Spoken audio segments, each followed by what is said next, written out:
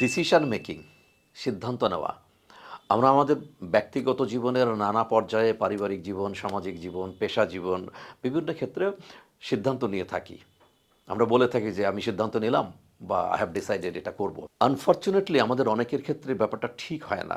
Specially since I am talking about corporate বা career related ব্যাপারে, যখন সিদ্ধান্ত নিয়ে থাকি যে আমার কেরিয়ার আমি এই ইন্ডাস্ট্রিতে করব, এই ট্র্যাকে করব, এই লেভেলে করব, তো একটা জিনিস আমাদের মাথায় রাখতে হবে, the moment I have taken decision to do some, from that moment onwards আমার প্রত্যেকটা উঠা বসা চলাফেরা এভরিথিংয়ের মধ্যে সিগনিফিক্যান্ট চেঞ্জ থাকতে হবে, লক্ষণীয় পরিবর্তন থাকতে হবে।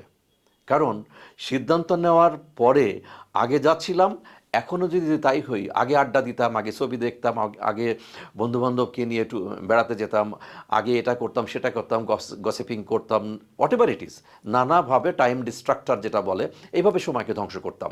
যদি তাই চলে, মাঝখানে মুখে বললাম যে আমি সিদ্ধান্ত নিয়েছি, it will never be fruitful.